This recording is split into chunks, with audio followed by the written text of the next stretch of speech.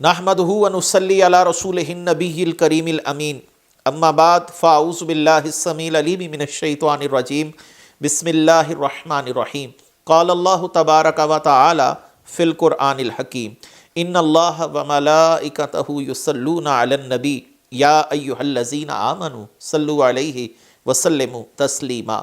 الصلاۃ والسلام علیک یا رسول اللہ وعلی آلک واصحابک یا نبی اللہ۔ اللہ تعالیٰ کی حمد و ثنا سرور کونین جان عالم حضرت محمد مصطفیٰ صلی اللہ علیہ وسلم اور آپ کے جمیع آل و اصحاب کی بارگاہ ناز میں درود و سلام کے نذرانوں کے بعد انتہائی عزت اور احترام کے لائق سامعین ذی قدر میرے دینی اور یقینی دوستوں، بزرگوں اور بھائیوں، آج کا یہ درس روافظ کی طرف سے بالخصوص حسن العیاری دجال رافضی کی طرف سے ایک اٹھائے گئے سوال کے جواب کے سلسلے میں منعقد پذیر ہے، اور یہ مشہور سوال کہ سیدنا عمر فاروق رضی اللہ تعالیٰ عنہ سیدہ فاطمہ الزہرا سلام اللہ علیہا کے گھر جا پہنچے، ان کے گھر کو آگ لگانے کی دھمکی دی اور ان کے گھر کا چاروں جانب سے احاطہ کر لیا گیا وغیرہ وغیرہ، جو روافظ کی طرف سے یہ بات مشہور کی جاتی ہے کہ سیدہ پاک کے گھر کو جلایا گیا، ان پر ظلم و تشدد کیا گیا، بربریت کی ایک مثال قائم کی گئی۔ حسن العیاری کے کلپ سے سننے سے پہلے میں آپ کو اس کی گفتگو کا ایک خلاصہ بیان کر دوں تاکہ آپ کو ہماری گفتگو سمجھنے میں کسی قسم کا آگے چل کر اشکال نہ رہے، کوئی مشکل پیش نہ آئے۔ حسن العیاری نے یہ بھی دعویٰ کیا کہ انصاب الاشراف میں امام بلازری رحمۃ اللہ علیہ نے یہ روایت نقل کی ہے اور سند صحیح سے نقل کی ہے، اور سند صحیح کی یہ جو روایت اس نے بیان کی، اس روایت کا لب لباب یہ ہے کہ ابو بکر صدیق نے حضرت علی رضی اللہ تعالیٰ عنہ کو پیغام بھیجا بیعت کرنے کے لیے، انہوں نے بیعت نہیں کی۔ پھر حضرت عمر فاروق رضی اللہ تعالیٰ عنہ سیدہ فاطمہ الزہرا سلام اللہ علیہا کے دروازے پر آئے، ان کے پاس شعلے تھے، بھڑکتی ہوئی آگ تھی، اور انہوں نے سیدہ پاک کو دھمکی دی، اور یہ دھمکی دینا ہی کفر ہے۔ یہ الفاظ بڑے قابل غور ہیں، اس نے کہا یہ دھمکی دینا ہی کفر ہے، اس سے بدترین کوئی کفر ہو ہی نہیں سکتا کہ نبی کے اہل بیت کو دھمکی دی جائے۔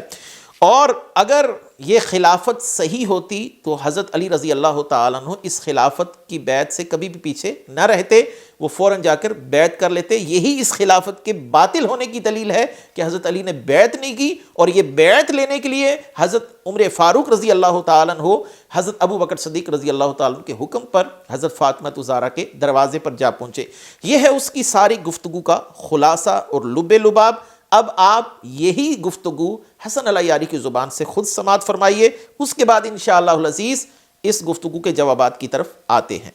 یہ کتاب انصاب الاشراف چاپ دار الفکر ہے، جلد نمبر 2 ہے، سن 1996 میں چھپی ہے۔ یہ کہتے ہیں ابو بکر عمر نے حملہ ہی نہیں کیا، دیکھو یہ حدیث ہے صفحہ نمبر 268 میں۔ اچھا، المدائنی عن مسلم ابن محارب عن سلیمان التیمی وعن ابن عون، 2 اسانید کے ساتھ روایت کر رہا ہے، ایک سند نہیں، دونوں سند صحیح ہیں۔ ان ابا بکر ارسل الى علی یرید البیعہ فلم یبایع، ابو بکر نے پیغام بھیجا علی علیہ السلام کو بیعت کرو، اس نے بیعت نہیں کیا، علی علیہ السلام نے بیعت نہیں کیا۔ فجاء عمر آیا ومعه قبس، اس کے ساتھ آگ کے شعلے تھے، کہتا ہے صرف دھمکی دیا، دھمکی دینا ہی کفر ہے۔ آپ کہتے ہیں ابن ابی شیبہ نے اس روایت میں بولا تھا کہ دھمکی دی تھی، بعد میں انہوں نے آگ لگانے کے لیے آئے تھے۔ نبی صلی اللہ علیہ وسلم کے گھر کو دھمکی دینا کفر ہے، اس سے بدتر کفر ہو ہی نہیں سکتا۔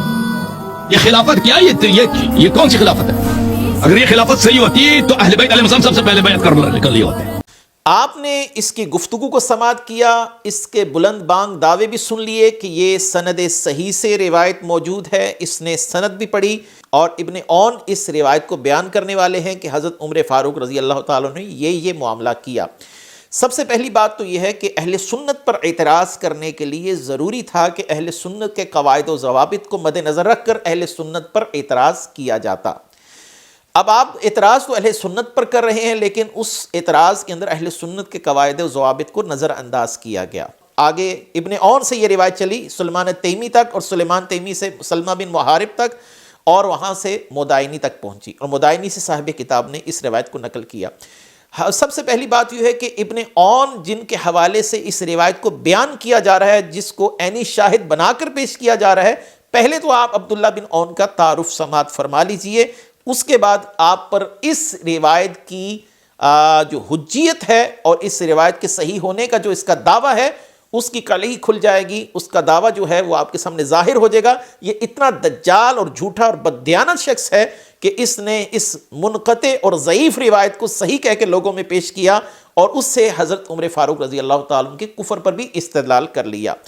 عبداللہ ابن عون ہیں یہ، اور آپ کے سامنے اب سب سے پہلے آ رہی ہے سیر و اعلام النبلاء، امام ذہبی رحمۃ اللہ علیہ کی کتاب ہے۔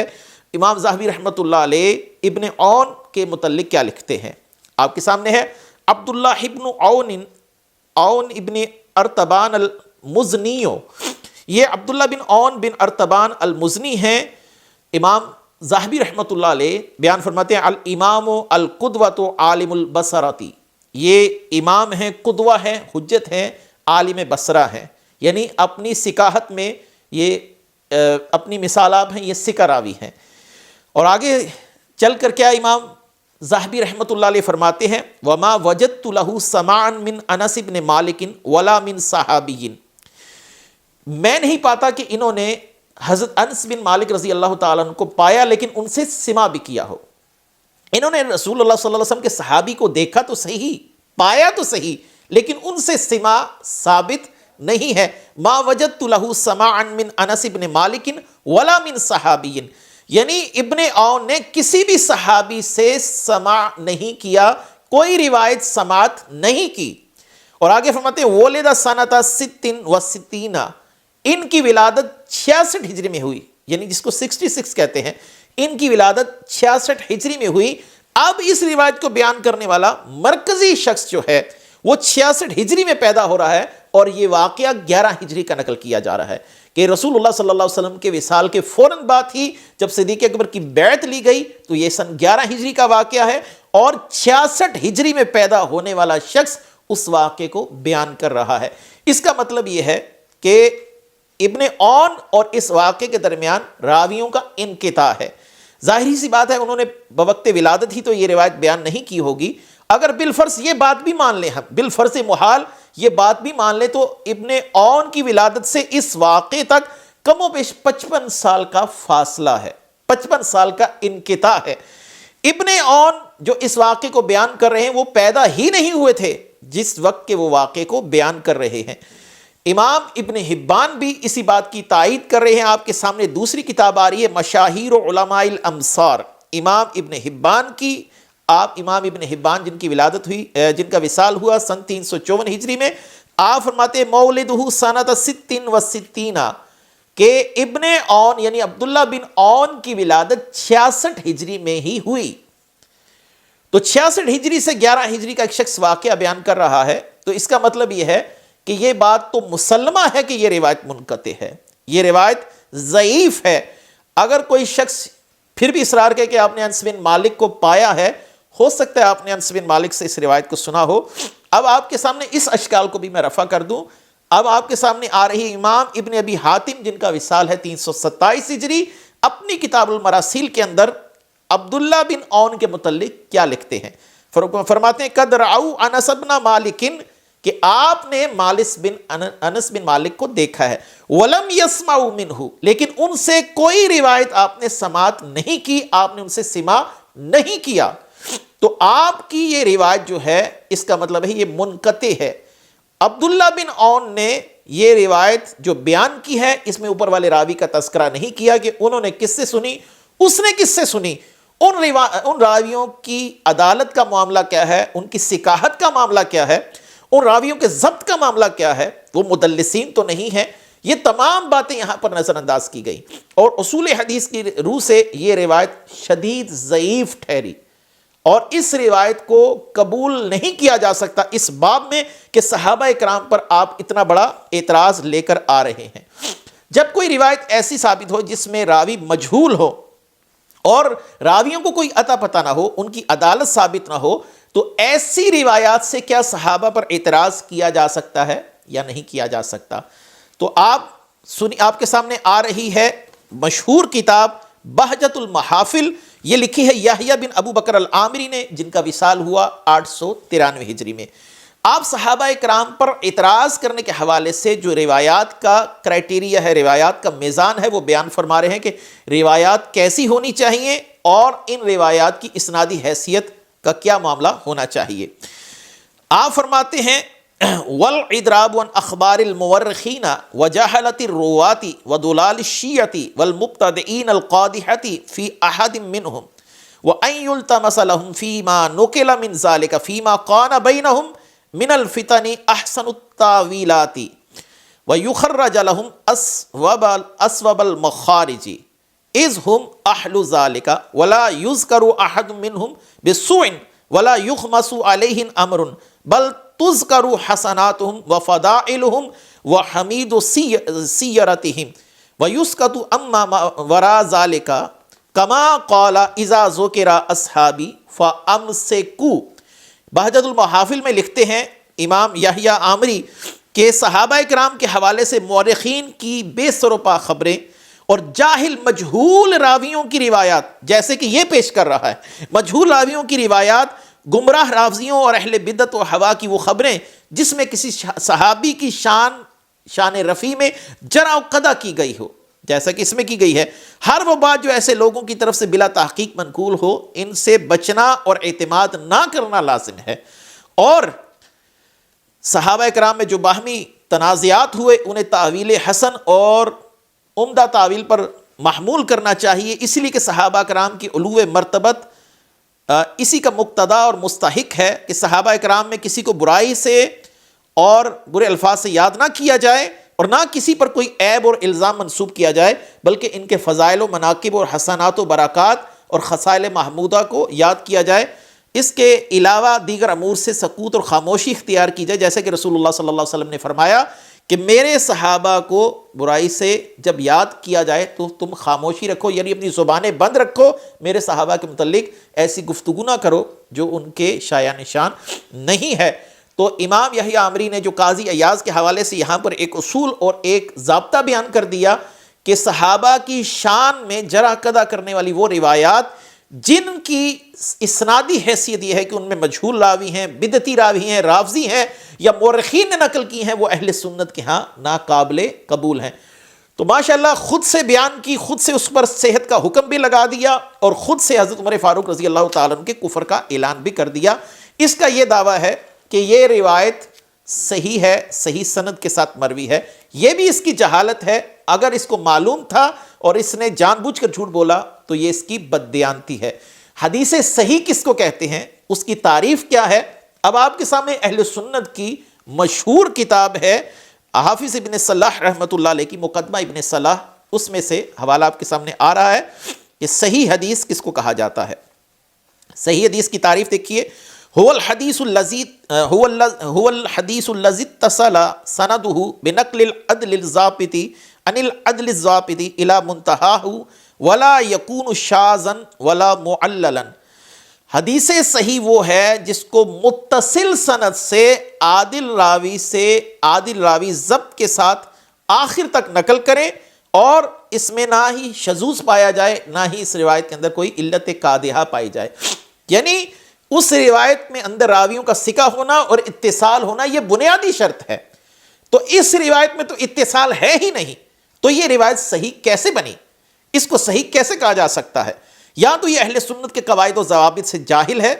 اور اگر جان بوجھ کر اس نے یہ جھوٹ بولا تو بہت بڑا بددیانت شخص ہے۔ اہل سنت پر اعتراض کرنے کے لیے عبداللہ بن عون کی روایت کو لایا جن کی خود ولادت 66 ہجری میں ہوئی، تو یہ روایت متصل نہ ثابت ہو سکی، تو جب متصل نہیں ہے تو صحیح کہاں سے ہوئی؟ اور دوسرا حوالہ اب آپ کے سامنے آ رہا ہے معالم السنن امام خطابی رحمۃ اللہ علیہ کی کتاب سے۔ خطابی بھی ہمارے اکابرین سے ہیں جنہوں نے سنن ابو داؤد کی شرح لکھی، 388 ہجری آپ کا وصال کا سال ہے۔ آپ فرماتے ہیں متصل سندہ وعدلت نقلتہ، کہ وہ روایت صحیح روایت کہلائے گی جس کی سند متصل ہو اور عادل راویوں نے اس کو نقل کیا ہو، یعنی راویوں کی ثقاحت کے ساتھ ساتھ اتصال سند بھی شرط ہے۔ اگر سند کا اتصال ثابت نہ ہوا تو روایت منقطع ہو گئی، ضعیف ہو گئی، کمزور ہو گئی۔ اس سے ایسے معاملے پر استدلال نہیں کیا جا سکتا، بالخصوص جس میں اتنے بڑے صحابی کی شان میں جرح قدح کی جا رہی ہو۔ آپ کے سامنے یہ حوالہ بھی آ گیا، امام یحییٰ عامری نے اس مسئلے کو بڑا واضح کر دیا۔ آپ نے سنہ ولادت بھی سن لیا، آپ نے صحیح حدیث کی تعریف بھی سن لی۔ اب یہ جو روایت پیش کر رہا ہے اس کو کفر کی دلیل بنا رہا ہے، اور اتنے بڑے معاملے پر دلیل بنا رہا ہے اس کمزور روایت کو۔ اور کفر کی دلیل کیا ایسی روایات بن سکتی ہیں؟ حدیث چونکہ ضعیف ہو گئی، یہ روایت ضعیف ہو گئی۔ اب سنیے کہ ضعیف حدیث کو جو اہل سنت قبول کرتے ہیں وہ ایک خاص دائرہ کار تک قبول کرتے ہیں، اتنے بڑے معاملات کے اندر ضعیف حدیث کو کسی صورت بھی قبول نہیں کیا جاتا۔ آپ کے سامنے آ رہی ہے المجموع، امام نووی رحمۃ اللہ علیہ کی کتاب ہے المجموع۔ آپ اس کے اندر ضعیف حدیث کو قبول کرنے کا جو ایک دائرہ کار ہے وہ بتا رہے ہیں کہ ضعیف حدیث کو اہل سنت کس کس معاملے میں قبول کرتے ہیں اور کس معاملے میں قبول نہیں کرتے۔ آپ فرماتے ہیں انما یجوز الاحتجاج فی الاحکام بالحدیث الصحیح او الحسن واما الضعیف فلا یجوز الاحتجاج فی الاحکام والعقائد وتجوز روایته والعمل به فی غیر الاحکام کالقصص وفضائل الاعمال والترغیب والترہیب۔ امام نووی رحمۃ اللہ علیہ فرما رہے ہیں کہ احتجاج جائز ہے صحیح حدیث اور حسن حدیث سے احکام کے اندر، حلال اور حرام کے مسئلے کے اندر، اور ضعیف حدیث سے احتجاج کرنا، دلیل پکڑنا یہ جائز نہیں ہے احکام اور عقائد کے مسئلے میں۔ اس نے سیدنا عمر فاروق رضی اللہ تعالیٰ عنہ کے کفر پر اس روایت کو دلیل بنایا ہے، اور امام نووی رحمۃ اللہ علیہ فرما رہے ہیں فلا یجوز الاحتجاج به فی الاحکام والعقائد، عقائد اور احکام کے معاملے میں ضعیف حدیثوں کو کسی صورت قبول نہیں کیا جاتا۔ اس سے غیر احکام یعنی حلال حرام کے مسئلے میں بھی اس سے دلیل نہیں لی جا سکتی، چہ جائے کہ آپ اتنے بڑے مسئلے پر جس پر آپ نے کفر اور ایمان کا دار و مدار رکھا ہوا ہے اس کے اندر آپ اس سے استدلال کریں۔ وہ فرماتے ہیں اس سے ہم صرف قصص جو ہیں، واقعات جو ہیں، وہ فضائل اعمال جو ہیں اور ترغیب و ترہیب کے معاملات جو ہیں اس میں صرف دلیل پکڑ سکتے ہیں، اور اس سے کسی شخص کے کفر پر، کسی شخص کے عقیدے پر، کسی شخص کے متعلق احکامات کے حوالے سے اس پر کوئی دلیل نہیں لی جا سکتی۔ حلال حرام کے معاملات کے اندر خاموشی رکھی جائے گی، ضعیف حدیث وہاں پر کوئی فائدہ نہیں دے گی، عقیدے کے اندر یہ کسی چیز کا فائدہ نہیں دے گی۔ اب یہاں پر روافض خود یہ قبول کر لیں کہ یہ مسئلہ عقیدے کا نہیں، جبکہ یہ خود برملا 3-4 مرتبہ یہ کہہ چکا یہ تو کفر کا مسئلہ ہے، اور اس سے بدترین تو کوئی کفر ہو ہی نہیں سکتا کہ عمر فاروق نے جا کر سیدہ فاطمہ پاک کو دھمکی دی۔ تو آپ نے اس کی پیش کردہ جو روایت ہے اس کی صحت کو سن لیا کہ عبداللہ بن عون 66 ہجری میں پیدا ہوئے، جیسا کہ میں نے امام ذہبی اور امام ابن حبان کے حوالے سے نقل کیا، اور اس کے علاوہ ہمارے ہاں کسی روایت کو قبول کرنے کا کیا معیار ہے جس میں بالخصوص صحابہ پر جرح و قدع کی گئی ہو؟ میں نے یحییٰ عمری کے حوالے سے آپ کے سامنے وہ روایت بھی، وہ تصریح بھی پیش کر دی۔ اس کے بعد کسی صحیح حدیث کے لیے اتصال سند یہ بھی شرط اول ہے، یہ یہاں پر اتصال ثابت نہیں کر سکا۔ اس کے بعد ایسی روایات کو کیا ہم قبول کر سکتے ہیں؟ عقائد کے باب کے اندر تو امام نووی رحمۃ اللہ علیہ المجموع کے اندر فرما چکے ہیں کہ ایسی روایات عقیدے کے باب میں قطعاً قبول نہیں ہے، تو لہٰذا معلوم ہوا کہ اس کا شور شرابہ جو ہے وہ بالکل باطل ہے، اس کا شور کرنا یہ بالکل ایسے ہی ہے کہ چور مچائے شور والی بات ہے۔ اس نے تحقیق نہیں کی اور اوپر سے جھوٹ بھی بولا کہ یہ روایت سند صحیح سے مروی ہے۔ اللہ تبارک و تعالی روافظ کے شر سے امت مسلمہ کو محفوظ فرمائے۔ وآخر دعوانا ان الحمد للہ رب العالمین۔